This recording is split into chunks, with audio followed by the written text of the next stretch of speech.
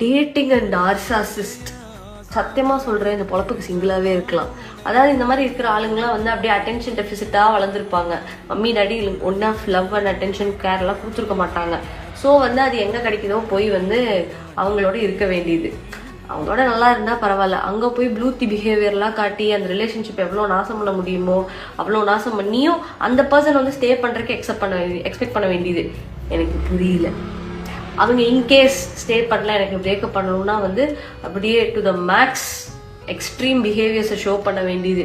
நான் அது பண்ணிப்பேன் இது பண்ணிப்பேன்னு அதையும் மீறி சரி கருமாந்திரம் போய் தொலைதுன்னு கூட இருந்தாலும் கடைசியில வந்து ஒண்ணுமே இல்லாம பிரேக்கப் பண்ணிட்டு போக வேண்டியது. என்ன இதெல்லாம்? த திங் இஸ், நீ என்ன நினைக்கிற? ஒன்னா வந்து ஒரு ரிலேஷன்ஷிப் குள்ள போனா சம்மன் வில் ஃபிக்ஸ் யூ, நம்ம ட்ராமாஸ் எல்லாம் வந்து ஒருத்தி தாங்கிப்பா அப்படின்னு நினைக்கிறேன். அதெல்லாம் கிடையாது. No one can fix you. You need professional help at this point.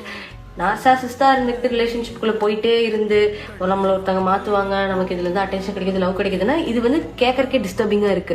உனக்கு அப்படி லவ் அண்ட் அட்டென்ஷன் வேணும்னா போய் புளிய மரத்துல தொங்கு, சிக்னல்ல போய் பிச்சை எடு. காதல் இஸ் நாட் அ சொல்யூஷன். காதல் பண்ணா உருப்படியா பண்ணா பரவாயில்ல, இன்னொருத்தங்களை போட்டு மைண்ட் ஃபக் பண்ணி அவங்கள தெரப்பி போக வச்சு அதுல என்ன ஒரு அல்ப ஆனந்தம்? எல்லாம் திருந்த மாட்டேன்.